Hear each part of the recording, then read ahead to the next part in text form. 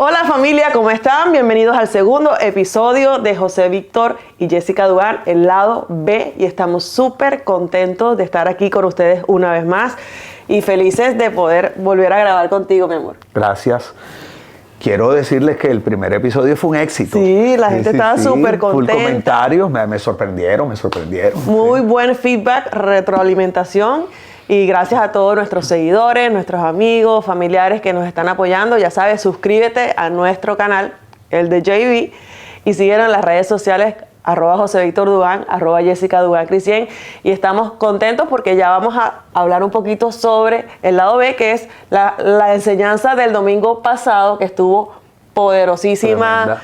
La gente salió súper contenta, súper edificada, súper tocada. Y bueno, con respecto al tema del domingo pasado que se llamó Origen, quisiera saber algo importante porque este es un tema que tú has enseñado por muchos años y que siempre que lo enseñas igual me encanta escucharte. Es un concepto que aprendiste hace muchos años y que lo has enseñado.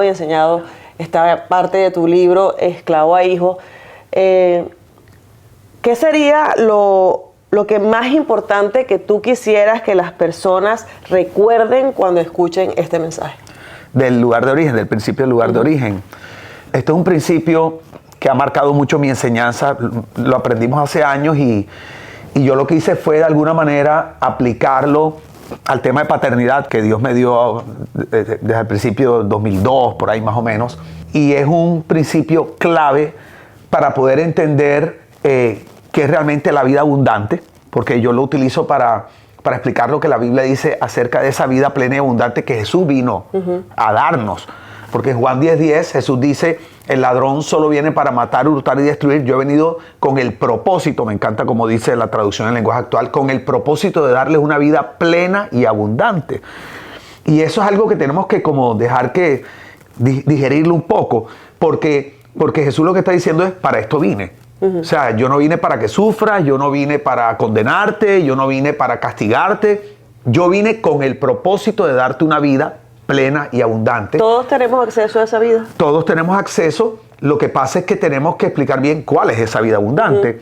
Porque yo creo que el ser humano, cuando le hablan de abundancia, piensa que se trata de tener cosas. Materialismo, entre más acumular.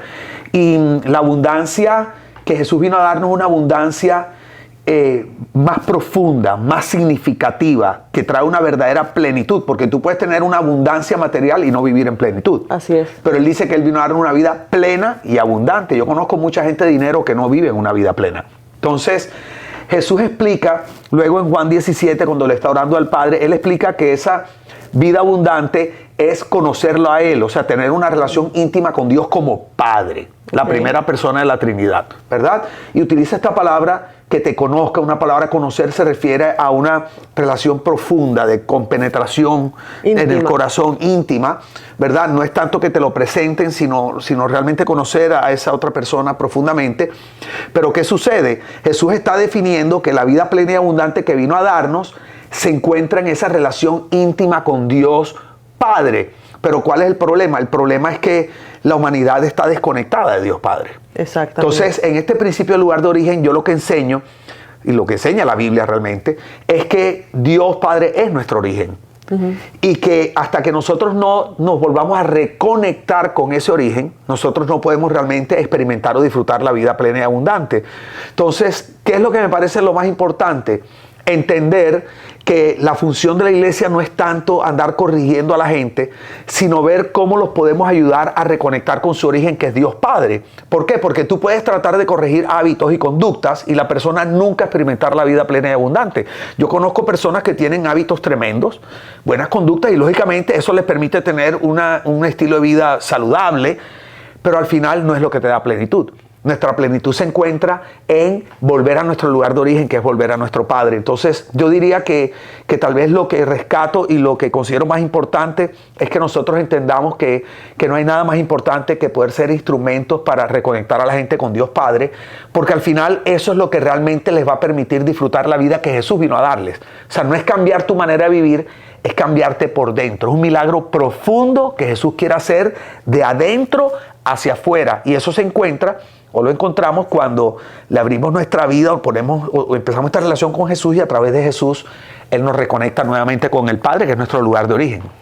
Si el Padre es nuestro lugar de origen, ¿cómo podemos entonces tener una relación más íntima con Él? Porque tal vez hay personas que crecen en una familia donde la espiritualidad es normal, se habla de Dios, pero hoy en día vemos una sociedad donde ya hay culturas donde uno o cree en otros dioses o dos no creen en ningún tipo de Dios. Así es. Muchas de las generaciones actuales se manifiestan como ateos. Tú has hablado de que el ateísmo hoy en día creo que es la segunda religión. No, es la que más ha crecido. La que más ha crecido. No sé si es la que más gente tiene, pero sí es la que más rápido ha crecido. No, bueno, es una religión, aunque la gente diga que no. Exacto. Pero digamos que es la segunda tendencia espiritual, si se le pudiera decir así, que más ha crecido, y ha crecido alimentada por los cristianos que se han ido del cristianismo. Impactante eso. Entonces, ¿cómo podemos hablarles de Dios, conectar a la gente con Dios, enseñarles a tener una relación íntima y personal con Él, siendo Él nuestro lugar de origen? Claro, yo pienso que de varias maneras. La primera es ¿qué alimenta el ateísmo? ¿Por qué la gente, inclusive los creyentes, están recurriendo, digamos, a despegarse, desconectarse de Dios? Yo creo que hay varias razones. Una, la iglesia, no toda, pero hay una tendencia en la iglesia a enseñar una imagen distorsionada de Dios. Entonces, si nosotros no enseñamos un concepto saludable de Dios como Padre, realmente que vino a ser Jesús, quién es el Espíritu Santo, lo que va a suceder es que la gente, en vez de sentirse con el deseo de acercarse a ese Padre, van a sentir como una aversión. ¿Por qué? Porque nosotros asumimos, porque supuestamente es así, que la iglesia representa a Dios. Pero por iglesia me refiero a la gente. Pero primero, el primer concepto distorsionado es que creemos que lo que representa a Dios es la institución. Exacto. Pero lo que representa a Dios no es la institución, son las personas. Y lo otro, lamentablemente, en instituciones eclesiásticas, muchas enseñan a un Dios que vino a condenar, un Dios que viene a juzgar, un Dios que viene como a deshumanizarnos y a robarnos la vida. En vez de enseñar a un Dios que viene a dar, a amar, a darnos una espiritualidad integral. Entonces, ¿qué sucede? Que en vez de estar hablando de una vida plena y abundante, que la gente diga, wow, yo quiero eso, lo que estamos diciéndole es, no, la poca vida que tienes te la vamos a quitar también. Impresionante. ¿Verdad? O sea, la poca que tienes, esa también te la vamos a quitar. Y el dinero de paso, ¿ok? Y entonces, y lo otro, creo también que nosotros vemos este asunto de hablar de Dios, lo tenemos como unos paradigmas muy obtusos, muy limitados, como si hablar de Dios, o lo que llamamos evangelizar, tiene que algo que se hace, que lo hace un líder espiritual desde una tarima, un púlpito, o alguien que se para con un cartel en el centro de una ciudad y con el cartel dice, el fin está cerca, arrepiéntete. Y cuando Jesús habló de ser testigos, no se trata solamente de hablar en sí palabras religiosas, se trata de permitir que la vida de Jesús y la vida del Padre y el amor del Padre y la verdad del Padre se expresen a través de nosotros. Wow. Entonces, esto de hacer a Dios real ante los demás o al frente de los demás, creo que nos permite ayudar a que la gente diga, yo quiero eso, ahí yo siento algo diferente, me gusta lo que ellos viven, y qué rico poder presentar una vida que la gente anhele, no una vida que la gente diga, Dios mío, este mundo es tan difícil y ahora me están pidiendo más sacrificio, más dolor. Entonces, creo que necesitamos presentar a Dios de una manera más coherente con lo que la Biblia dice o con quien la Biblia dice que es ese Dios. O sea, que pudiéramos decir que tenemos que empezar una campaña de un rebranding de Dios. Total. Remarketear a Dios, no sé cómo se dice en español, pero porque, por ejemplo, de niños que nos enseñaron, si te portas bien, el niño Dios te pone un regalo. Si te portas mal, te va a coger el cuco, decíamos allá en Barranquilla. O sea, como que desde niño le estamos enseñando entre el bien y el mal, pero es como que... Premio, castigo. Premio, castigo. La imagen con que crece mucha gente en la cultura latina es un Dios... es bravo. Transaccional, como hablábamos hoy. Ajá. En una reunión tan tremenda que tuvimos. Exacto. Entonces, como que hay un Dios muy, como un viejo de barbas largas, sentado en su trono. Severo. Molesto. Si te portas mal, viene un látigo severo, del cielo, estricto. Un rayo que te va a caer y te va a consumir. Entonces, claro, la gente crece con esa, me tengo que latigar, me tengo que arrodillar, tengo que hacer cosas para ganarme el favor de Dios. Y cuando nosotros le presentamos a un Dios accesible, a un Dios padre, a un Dios que ama incondicionalmente, a un Dios que ven a mí tal y como eres, la gente le hace como un cortocircuito. Claro, la gente no logra, a veces dicen, pero ese no es el Dios que a mí me han presentado. Que estamos hablando de cambiar la imagen del Dios transaccional por la imagen de un padre relacional. Excelente. ¿Verdad? Para mí, ahí está la clave, en poder hacer ese switch. Y yo creo que también algo que necesitamos aprender a separar, porque a veces en la falta de conocimiento mezclamos doctrinas, cosas que nos han enseñado, y creo que mezclamos, por ejemplo, es cierto que si tú aprendes a tomar decisiones sabias y tú vives una vida coherente, correcta, la Biblia dice que todo lo que el hombre siembra eso cosecha. Pero eso tiene que ver con enseñarle a las personas la importancia de tomar buenas decisiones y desarrollar buenos hábitos. Esos son principios espirituales. Pero lo mezclamos con el amor de Dios, ¿verdad? Como si yo peco, Dios no me ama. Entonces estamos mezclando el carácter de Dios y el amor incondicional de Dios hacia nosotros como si eso estuviera condicionado a nuestras actitudes o acciones. Entonces, por ejemplo, nuestros hijos, yo creo que los hijos de todos los padres que estemos aquí escuchando, cuando nuestros hijos hacen algo incorrecto, el corazón de un padre se duele. Se duele, y además que uno quiere lo mejor para los hijos, pero uno nunca deja de amar a sus hijos. Entonces necesitamos separar eso. Pero hay padres que son excepcionales. Pero ese es el amor humano condicionado, ¿no? Claro. Porque acuérdate que, como dicen en inglés, hurt people. Sí, yo he escuchado personas que dicen, si mi hijo llega a hacer esto, deja de ser mi hijo. Deja de ser mi hijo, exactamente. Si mi hijo se vuelve homosexual, deja de ser mi hijo. Exactamente. Si mi hija tal cosa. Entonces, ¿qué pasa? Que como tenemos un referente de amor condicionado, que es el amor humano, que de por sí viene expresado a través de corazones heridos, corazones con vacíos, corazones con traumas sin sanar. Entonces es separar, es entender que Dios no tiene que aprobar tu estilo de vida para amarte. Es al revés. O sea, Dios no tiene que aprobarte para aceptarte. Dios te acepta para aprobarte. Así es. Y para aceptarte tú no tienes que hacer nada, porque la Biblia dice que somos aceptos en el amado, o sea, en Cristo.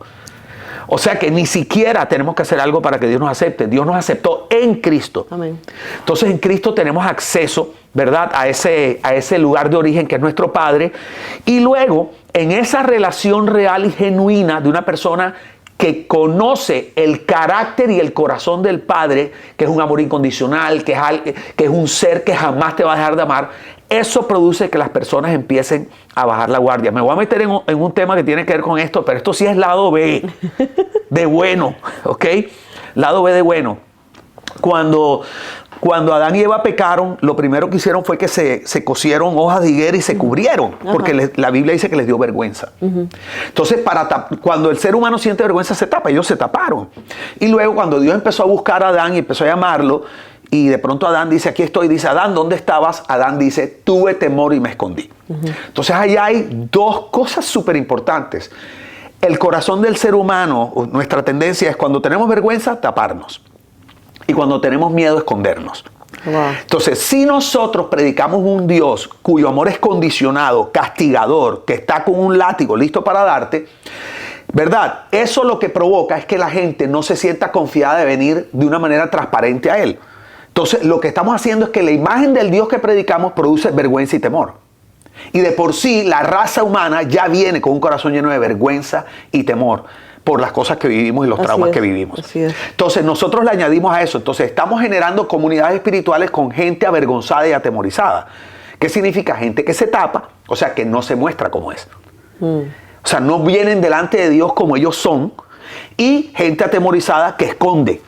No solamente esconde su pecado, esconde su fragilidad humana. Porque hay gente que no esconde una doble vida de pecado, pero esconde su depresión, esconde su ansiedad, esconde sus dudas con respecto a la existencia de Dios. Y eso nos genera otro problema, que la Biblia dice que Dios es luz. O sea, Dios no opera en la tiniebla. Dios opera en la luz. Entonces, cuando nosotros predicamos una imagen distorsionada de Dios, estamos de alguna manera condenando a la gente a vivir en vergüenza, a vivir en temor, o sea, a vivir en tinieblas donde Dios no puede operar. Tremendo. En vez de nosotros provocar que la gente venga a la luz, ¿a dónde quiero llegar con este punto? Que la Biblia dice que el amor cubre multitud de faltas. El amor cubre.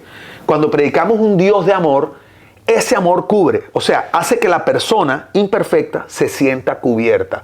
No se siente desnudada ni avergonzada, porque el mismo amor lo cubre y lo hace sentir protegido. Las comunidades donde se predica la gracia de una manera saludable y se predica el amor de Dios, la gente se puede mostrar tal como es, porque no sienten la necesidad de cubrirse, porque Wow. ya el amor de Dios los cubre de su vergüenza Poderoso. y de su temor. Lado B, con todo. Poderoso. O sea, pudiéramos decir entonces que, para responderme la pregunta que te hice y resumir un poco lo que estamos hablando, es, da un paso. O sea, acércate. Así es. ¿Cómo puedo hacer para tener una relación con Dios? Da el primer paso. O sea, ya Él está aquí tocando tu corazón y llamándote, y Él lo que te dice es, abre la puerta, yo entro, ceno contigo, tengo intimidad contigo, comparto contigo, habla conmigo. Hablar con Dios, orar es hablar con Dios, con tus palabras, un lenguaje natural, normal. Da el primer paso, que ya Él lo está dando. Si estás sentado viendo este mensaje o escuchando el podcast, Dios te está diciendo, ven, estoy aquí tocando, da tú el primer paso. Pero yo te quiero hacer esta pregunta. ¿Por qué los líderes religiosos, equivocadamente, entonces mostramos una imagen de Dios incorrecta? O sea, ¿por qué estamos enseñando algo mal que la tradición? Muy sencillo, porque de la abundancia del corazón habla la boca. Tú no puedes dar lo que no tienes. Ay, ¿Sí ves? O sea, si tú no conoces a Dios como Padre, tú no vas a hablar de Dios Padre. total. Entonces, nos vamos al otro tema que no tenemos tiempo de tratarlo hoy, pero ¿por qué nos cuesta tanto trabajo ver a Dios como un Padre? Porque tenemos conceptos distorsionados de paternidad. ¿De dónde vienen los conceptos distorsionados de paternidad? De nuestros padres terrenales. El que estuvo, el que no estuvo, el que lo hizo mal, el que lo hizo más o menos bien. Entonces, la labor número uno de los padres terrenales, de mi papá, por ejemplo, José Víctor Dugán, ¿verdad? La labor número uno de los padres terrenales es sembrar o establecer en el sistema de creencias de sus hijos un concepto saludable de paternidad. Okay. O sea, la imagen del papá en la tierra es representante del papá en el Claro, cielo. o sea, como tú ves a tu papá terrenal, verás Así a es. tu Padre celestial. Exactamente. Entonces, no mostrar una imagen perfecta, porque, Obvio. por ejemplo, yo no soy perfecto, pero sí saludable. ¿Qué es saludable? Un papá que no te rechaza cuando fallas, un papá que provee, un papá que protege, un papá que da afecto, un papá que cumple sus promesas. Entonces, dentro papá de, que corrige, que en amor. corrige, claro, que disciplina. Pero ¿qué pasa? Todo eso dentro de nuestras limitaciones, pero es como una tendencia de salud en la paternidad. ¿Qué pasa? Cuando esa persona le toque de alguna manera acercarse a Dios Padre, ese hijo o esa hija que ha tenido una paternidad saludable establecida en su sistema de creencias, cuando le digan Dios es un padre, va a decir, ok, yo me puedo Exacto. acercar. ¿Por qué? Porque su sistema de creencias, la definición de padre es una definición saludable que dice, tu padre no te va a rechazar, tu padre no va a abusar de ti, tu padre no te va a manipular, no te va a engañar, no va a ser violento contigo. Entonces, ¿qué pasa? Que lamentablemente este asunto de la paternidad de Dios y de sanar paternidad humana es muy ausente en la iglesia. Así es. Es muy ausente. Entonces, a veces ponemos de líderes a personas que son grandes siervos de Dios, buenos comunicadores, tremendos dones y talentos, pero todavía no han descubierto su identidad de hijos. Y por eso es que en la iglesia tenemos esta tendencia a sentirnos validados o valiosos por lo que hacemos, no por quienes somos. Siervo de Dios. Y creemos que fuimos creados para servir cuando no fuimos creados para servir. Porque no fuimos creados para hacer, fuimos creados para ser. Exactamente. Entonces lo que Jesús está diciendo cuando habla de que la vida abundante es conocer al Padre, lo que está diciendo es la vida abundante no es ni hacer ni tener, es ser. Entonces un líder que puede tener todos los talentos que quiere y Dios lo puede usar tremendamente para enseñar muchas cosas, pero nunca para impartir paternidad e identidad. Porque hasta que tú no has aprendido a ser hijo, no podrás ser padre. Entonces, ¿qué pasa? Que empezamos a usar el ministerio para sentirnos validados en nuestro hacer. Y como mi hacer es ser pastor, entonces si me dicen... En el ego. Claro, en el ego, y cuando me dicen, porque mi identidad está ligada al hacer. Entonces cuando me dicen, fulano se fue de la iglesia, me siento ofendido. Porque cuando alguien se va de la iglesia, atenta contra lo que yo creo que es mi identidad, que es lo que hago. Soy pastor, estaré haciéndolo mal, me estará rechazando a mí, me estará dejando a mí. O sea, nosotros como líderes religiosos somos representantes de Dios aquí en la tierra. La Biblia dice que somos embajadores. Embajadores. Somos representantes. Entonces, hoy hablaba con una amiga y me dijo, tú sabes que yo tuve un problema con una líder y la líder le prohibió a todas mis amigas que se a las amigas de ella. A las amigas de ellas que tenían en común que ya no pueden ser amigas de ella. O sea, una líder espiritual de una comunidad le está diciendo a las discípulas, no pueden ser amigas de esta chica porque ya no es parte de la comunidad. Y eso pasa mucho en las iglesias hispanas, por lo menos en Miami, no sé en otras partes del mundo, pero sí pasa. Seguramente pasa. ¿Por qué nos creemos, con qué autoridad nos creemos para decir a un ser humano, tú no puedes hacer esto, tú no puedes hacer lo otro, no puedes ser amigo de tu hermano en Cristo. Es como que le ponemos una cruz y de ahí en adelante no son dignos ni merecedores de nuestra amistad ni de tener relación con nosotros, lo cual me parece tremendo. Es como si les pusiéramos la cruz, ¿verdad? Y como que ya no merecieran ser nuestros amigos. ¿Por qué? Porque precisamente nos sentimos que atentan contra nuestra identidad, contra nuestro valor. Porque acuérdate que las 4 necesidades básicas del ser humano son aceptación, valoración, amor y pertenencia. Identidad. Entonces, eso que al final es identidad. Porque identidad son esas 4 cosas. La identidad saludable te da eso. Si tú no tienes una correcta identidad como un hijo del Padre en Cristo, la vas a empezar a buscar en otras cosas. Literal. ¿Verdad? Entonces, lamentablemente hay liderazgo enfermo que no conoce su identidad. Entonces, ¿qué propagan? Lo que está en su corazón. De la abundancia del corazón habla la boca. Ellos fueron enseñados que si no lo hacen bien, entonces no merecen el Dios transaccional. Premio y castigo. Y eso es algo que de alguna manera nosotros nos hemos propuesto o sea, hablamos de esto con libertad, pero lo hacemos con honra, con dignidad. No estamos juzgando a nadie, pero creo que por lo menos en las comunidades en las cuales Dios nos da alguna influencia, alguna autoridad, nosotros estamos haciendo lo posible por establecer comunidades con una identidad saludable. Entonces, si tú eres un líder y nos estás escuchando, nos estás viendo en este momento, nuestro consejo sería, hey, no tienes que ser perfecto, pero sé real, sé vulnerable, busca personas que tú puedas rendir cuentas, busca ayuda si estás en problemas, busca consejería, terapia.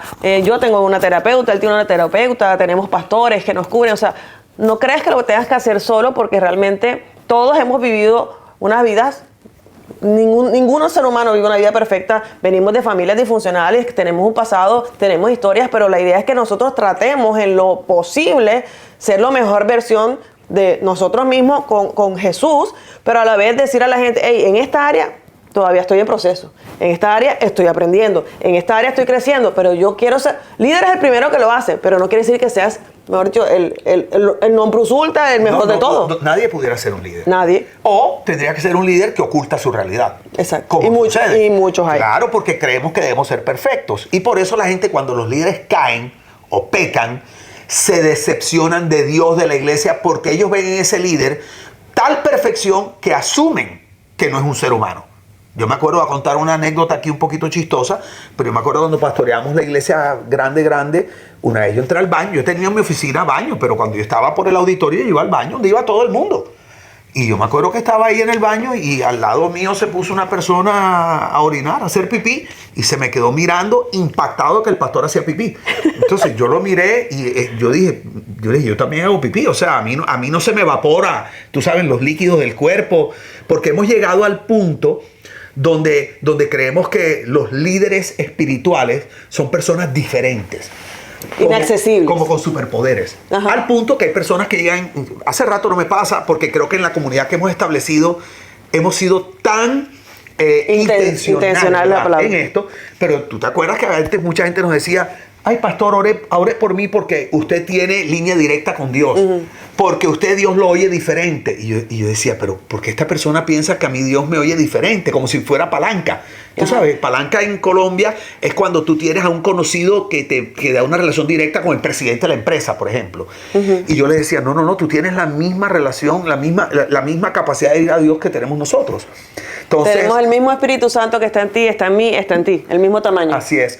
Y el mismo poder, y dice que en nosotros habita la plenitud de la divinidad. Entonces me parece muy importante, como para regresar al centro del tema, poder expresar un concepto saludable de Dios. Exactamente. De Dios Padre. ¿Qué te motivó a enseñar este tema? O sea, cuando estábamos la semana antepasada hablando Conecta al Mundo y todo esto, y de pronto dijiste, siento la necesidad, me decís, baby, yo siento la necesidad que tengo que hablar de esto. ¿Qué te motivó? Me motivó que creo que, bueno, Dios nos ha estado dirigiendo este año, y la carga que he tenido este año en Iglesia es aprender a conocer al Jesús Rey, que no es lo mismo que el Jesús amigo. Voy a hablar un poquito de eso este domingo. Nosotros enseñamos en Iglesia que el Jesús amigo te acerca, pero el Jesús Rey te transforma.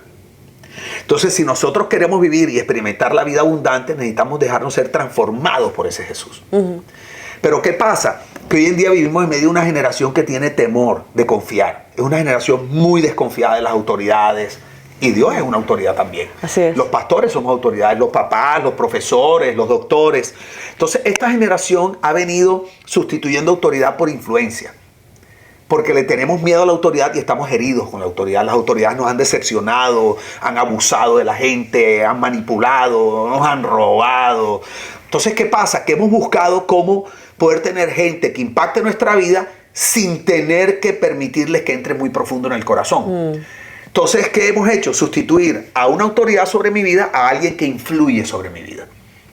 Y esa es digamos, la figura que usamos ahora. Los famosos influencers. Claro, y no hay nada de malo con la influencia, porque yo creo que Dios usa la influencia, pero la influencia no es un sustituto para la autoridad. Exacto. ¿Qué es un influencer? Alguien que yo puedo escoger y si no me gusta lo cambio. Literal. Pero con la autoridad tú no puedes hacer eso, porque la autoridad tiene un impacto diferente y yo enseño que la influencia mueve los proyectos de la tierra, pero la autoridad mueve los proyectos del cielo. Entonces, ¿cuál sería para mí lo ideal? La autoridad de Dios usando la influencia de la tierra, ¿verdad? Pero ¿qué sucede? Que como tenemos esta generación herida, y entonces les gusta más el Jesús amigo. Entonces, pero yo anhelo que conozcan a Jesús Rey. Pero para eso tú tienes que estar dispuesto a bajar la guardia. Y yo dije, ok, ¿cómo yo puedo motivar y promover a la comunidad a bajar la guardia? Tienen que anhelar la vida abundante y la vida plena. Y segundo, tienen que saber que Dios Padre los ama incondicionalmente y que Él quiere lo mejor para ellos. Entonces, por eso me metí por el lado del origen, porque la estrategia, la trampita, era que la gente dijera, por eso acá rato yo preguntaba, ¿quién quiere la vida plena y abundante? Tú sabes, estaban cayendo en una trampa. Entonces lo que yo quería es que ellos dijeran, wow, yo la anhelo, ok, ahora ¿cómo la puedo disfrutar? ¿Sí ves? Porque yo terminé justamente diciendo que el que ha visto, dice que Jesús es la imagen visible del Dios invisible. Que Jesús dijo, el que me ha visto a mí, ha visto a mi Padre. ¿Qué es lo que le estoy enseñando a la iglesia? Ok, tú quieres relacionarte con tu Padre, solo hay un camino. Jesús dijo, yo soy el camino, la verdad y la vida. Nadie viene al Padre sino a través de mí. Entonces es sembrar en ellos el anhelo de decir, ok, wow, es a través de Jesús. Por eso conté la historia de cuando yo le dije al Señor, quiero conocer tu corazón, y el Padre me contesta, mira a mi hijo. Y de ahí viene este anhelo de conocer mucho todo lo que Jesús expresa del corazón del Padre. Y para llegar al punto que dijeran, ok, es más que Jesús mi amigo. ¿Verdad? Es ese Jesús que me dice, te propongo una vida diferente. Exacto. ¿Sí ves? No es te obligo a una vida diferente, te propongo que te arriesgues a confiar una vez más. Sí. En que las formas que yo tengo para ti, mis principios, te van a llevar más rápidamente y fácilmente a la vida que tú anhelas que todas esas cosas que nos inventamos a veces para tratar de conseguir lo que nos va a hacer feliz. Pero no es fácil. No es fácil para una persona que lleva años viviendo de cierta manera decir, ok, confío. Sí, no es fácil. ¿Entiendes? Entonces por eso... Soltar esos hábitos, algunos destructivos, algunos no simplemente que no son malos, pero de pronto, como vimos en la película esta semana, el actor decía, no, y Dios me pidió que dejara de jugar golf. Y jugar golf no es malo, pero consumía tantas horas de su vida y tenía un lugar muy importante en su corazón que él decidió, ok, ya no juego 5 veces, sino una, y las otras 5 por 4, las 20 horas que demora jugar golf, dedicó a ir a darle comida a los pobres, dedico a leer la Biblia, dedico a estar con mi familia. Así es.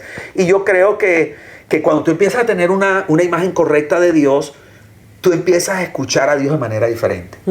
Por ejemplo, yo aprendí, o sea, mi fe no está puesta en lo que Dios me da, sino en quien Dios es.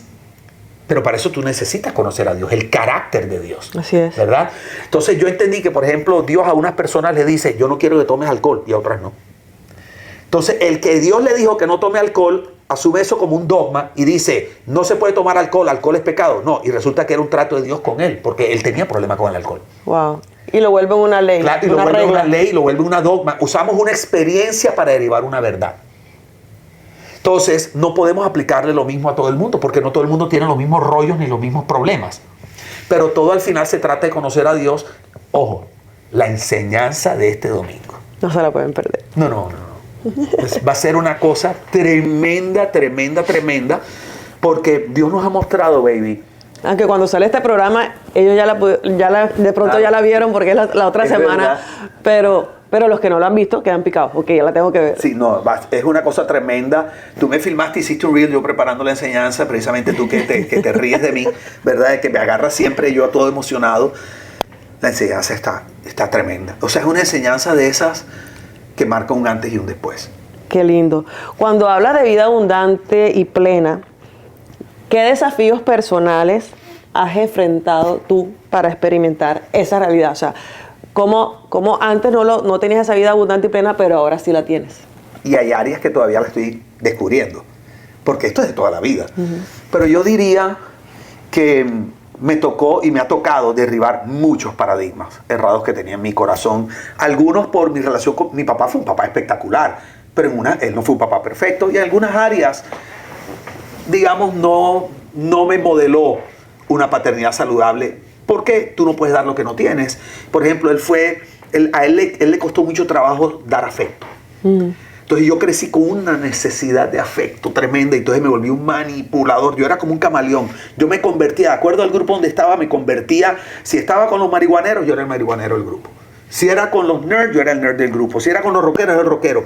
Y llegó un momento que yo no tenía identidad. ¿Por qué? Porque la necesidad de amor y afecto era tanta. Y yo llegué al cristianismo así, y yo llegué al liderazgo espiritual así.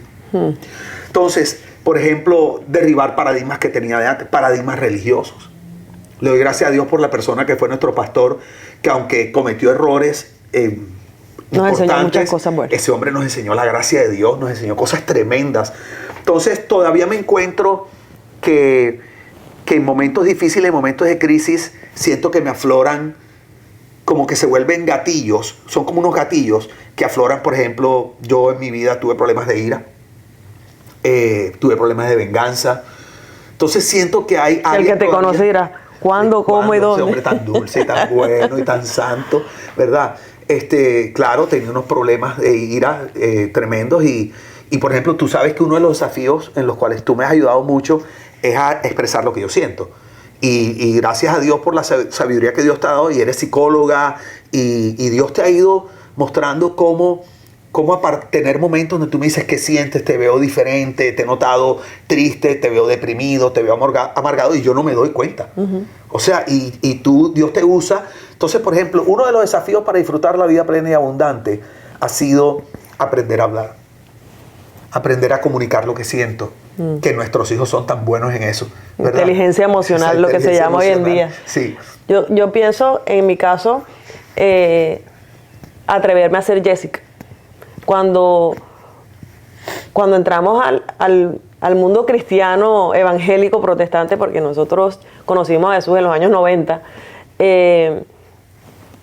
y después cuando nos entregaron a la iglesia, era como que tienes que comportarte de tal manera, tienes que vestirte de tal manera. Sí, era todo muy tendencia al comportamiento y a la conducta. Eran unas expectativas que tenía la esposa del pastor, casi que la chica Barbie, la Cinderela de Disney, o sea, siempre bien arreglada, siempre bien bonita, bien portada, bien calladita. Entonces era como que yo tenía que perform, o sea, tenía que actuar. Era vivir reprimida. Un papel de no ser quien yo era, y más la herida de rechazo y abandono que yo traía. Entonces era como que, ¿por qué no me le quieren como yo soy? Porque no, si yo soy una mujer fuerte de carácter, líder, soy alta, o sea, donde llego yo no pasa desapercibida. Entonces era como que, si Dios me hizo así, entonces yo tuve que aprender a amarme yo misma, aceptarme yo misma, y luego poder abrazar mi identidad como hija de Dios para estar segura de quién yo soy y ser libre de ser quien soy. Y en esta nueva etapa de hacer iglesia, que llevamos ya para 9 años,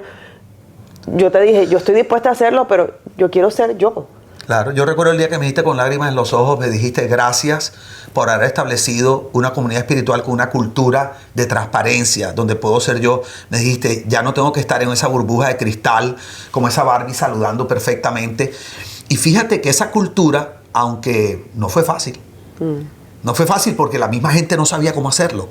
Yeah. Esa cultura nos ha permitido en este momento actual vivir algo extraordinario. Así es. O sea, cuando yo veo a la gente de nuestra comunidad, aquí todo el mundo llega tal como es. Así es. O sea, y yo miro, y para nosotros como líderes es tan especial y es tan liberador, no sé cómo decirlo, es tan sano, saludable, tan saludable poder estar en un lugar donde la gente nos honra y respeta como autoridades. Exactamente. ¿Verdad? O sea, la gente no pierde de vista quiénes somos y al mismo tiempo nos celebran, reímos, somos seres humanos comunes y corrientes. Y creo que yo diría que en esta etapa de nuestra vida a nivel ministerial la victoria más grande que tenemos, de lo que yo más diría que lo hemos hecho bien, es establecer esta cultura de transparencia y coherencia donde la gente puede ser como es. Y yo pienso que si no fuera por eso, yo no creo que estaríamos haciéndolo todavía. O sea, yo no creo que yo hubiera estado dispuesto o de pronto mi corazón no hubiera soportado, ¿verdad? Pero yo, a ti que nos estás viendo, o sea, quiero que sepas que Dios te ama tal como tú eres. Así es. O sea, me parece tan duro, tan cruel hacerle creer a la gente que Dios no los ama como son. Y que tú tienes que hacer un performance, como una actuación, con esta cultura evangélica, como hablas, que debes como cambiar tristes, para ser aceptado. para ser aceptado por Dios, ¿verdad? Y me parece terrible cuando la Biblia dice que nos acerquemos confiados al trono de la gracia. Y me recuerda a esa antigua canción de Crystal Lewis. Crystal Lewis. Come as you are. O sea, ven tal. Yo decía, la cantábamos, pero ¿en qué momento nos perdimos? Come just as you ¿En are. qué momento perdimos el enfoque? Y ya para terminar y cerrando, porque este programa estaba demasiado poderoso, ¿qué te hubiera gustado tener más tiempo para enseñar? O sea, el domingo pasado, ¿qué te hubiera gustado tener más tiempo para enseñar? O sea, ¿qué sientes que faltó o sientes que dijiste todo lo que querías decir? Yo pienso que dije lo que tenía que decir el domingo. Y lo que viene pronto. Yo siempre quiero decir más. Imagínate que te hubiera gustado decir. Muchas cosas. 10 Bueno, horas. para eso es el lado B, Claro. para decir lo que no dijiste. Pero yo creo que alcancé a cerrar el círculo de la enseñanza, que para mí es muy importante. Cuando yo enseño, yo siento que es como, primero, tú sabes que para mí, cosa importante, el flow, el fluir. Tiene que tener un orden a nivel emocional, espiritual, que la gente lo pueda abrazar de la manera correcta. Y segundo, hay ciertas enseñanzas que tú las puedes cortar. Hay enseñanzas que tú estás predicando, se te fue el tiempo y tú dices, ok, vamos a seguir después, y no pasa nada. Pero en la manera como yo preparo las enseñanzas, es como que hay ciertas enseñanzas que yo no puedo parar, porque si no la gente va a quedar mal. Queda como Sí, mocha. yo siento que la del domingo la pude terminar. ¿Qué me gustaría poder haber dicho que no dije? Realmente lo que voy a decir este domingo.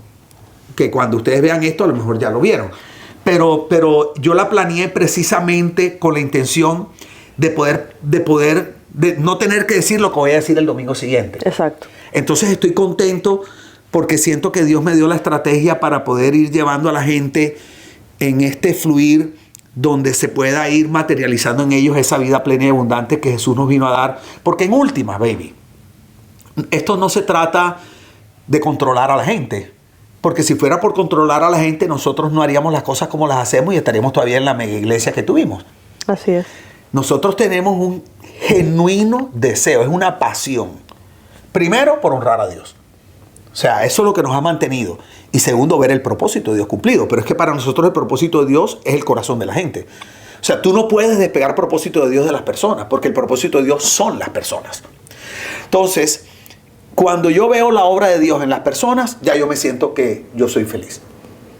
Entonces, creo que estoy seguro que este año vamos a ver historias increíbles, testimonios tremendos de transformación, de gente que va a haber conquistado desafíos que no había podido conquistar antes. Sé que vamos a ver milagros tremendos en la vida de la gente a nivel emocional, porque yo creo que el milagro más grande primero es adentro. De adentro ¿verdad? hacia afuera. De adentro hacia afuera. Pero también creo que vamos a ver milagros a nivel matrimonial, familiar, financieros, relacionales, de migración, que son milagros tan necesitados en este momento en Estados Unidos con todo lo que está pasando. Entonces estoy emocionado porque estoy en una convicción de que estamos llevando a la iglesia por donde Dios quiere que la llevemos, sin perder la coherencia de lo que estamos enseñando. Tú sabes que una de las cosas que tal vez, uno de los cambios más importantes que hicimos cuando empezamos a establecer esta visión diferente, es que usualmente en las instituciones eclesiásticas ven la vida espiritual como un riel de ferrocarril. ¿Qué tiene el riel de ferrocarril? Primero, los dos rieles son rígidos, no tienen flexibilidad, y segundo, son muy angostos. Entonces, si el tren se sale, se descarriló. Y yo creo que a veces nosotros tratamos de meter a todo el mundo en esta visión angosta, ¿cómo se puede decir? Obtusa, como si solo se pudiera hacer las cosas de cierta manera, como si todo el mundo hubiera vivido los mismos problemas, los mismos traumas, hubiera tenido la misma crianza, las mismas tradiciones. Pasarlos todos por el mismo programa. El mismo programa, y resulta que aprendimos y nosotros enseñamos que la iglesia no es una ladrillera. O sea, la función de la iglesia no es producir ladrillos que son del mismo color, del mismo tamaño. La Biblia dice que la iglesia es un edificio compuesto por piedras vivas. Y las piedras todas son diferentes, tienen formas diferentes, tamaños diferentes. Y ese es el desafío. Cómo tú estableces un fluir espiritual donde la gente sí pueda madurar, puedan crecer, pero que de alguna manera todo el mundo pueda ir de acuerdo a su vivencia real, a su realidad, a sus dolores, las sanidades que necesita. Entonces nosotros en Iglesia vemos la vida espiritual como un río. Un río me gusta porque tiene unos límites que están claros, Exacto. pero al mismo tiempo es amplio, permite movimiento entre los límites, tiene corrientes diferentes, a veces acelera, a veces baja un poco la velocidad. Algunos se quedan ahí en un remolino como 3 años hasta que el remolino lo suelta, porque hay gente que es así, literal, ¿verdad? Pero estoy feliz, creo que vamos por el camino correcto. Estoy como súper entusiasmado y con una fe tremenda de lo que Dios ya comenzó a hacer y va a hacer en este año 2025 en las personas de Iglesia Miami. Así es, estamos súper contentos. Una vez más, gracias por conectarte, por sintonizarnos, por hacer parte de esta comunidad del lado B. Y ya sabes, todas las semanas estamos generando contenido para ti con conceptos y mucha información, como dicen por ahí, que vuela la cabeza, porque realmente queremos enseñarte a un Dios que te ama incondicionalmente, un Dios cercano, un Dios real. Y ya sabes, si te impactó este programa, compártelo con un amigo, una amiga, síguenos, suscríbete a nuestros canales y activa las notificaciones para que estés atento a todo lo que vamos subiendo, y te deseamos una excelente semana. Yo quiero motivar a la gente que nos escriba. A mí me gusta que me escriban por las redes. Me encanta que por Instagram me manden mensajes y yo contesto. Yo me tomo el trabajo de contestar, así que si no me deja alguna... contestar, me regaña. Sí, yo la regaño porque a veces quería contestar por mí. Yo disfruto mucho eso. Y entonces, pero por ejemplo, tienes una inquietud del programa, nos puedes escribir a ambos. Así es. Pero a mí me encanta poder aclarar inquietudes. Si tienes cosas que tú crees que no estás de acuerdo, no tenemos problema con eso. Yo creo que todos estamos en un proceso de aprendizaje y yo todavía estoy aprendiendo, o de pronto si sientes que se me escapó algo que puede añadir o agregar valor a lo que estamos hablando, también es bienvenido, pero nos encantaría poder contar con tu feedback, con tu retroalimentación. Para nosotros es importante. Exactamente. Bueno, Dios les bendiga a todos y hasta la próxima. Peace. Bye bye.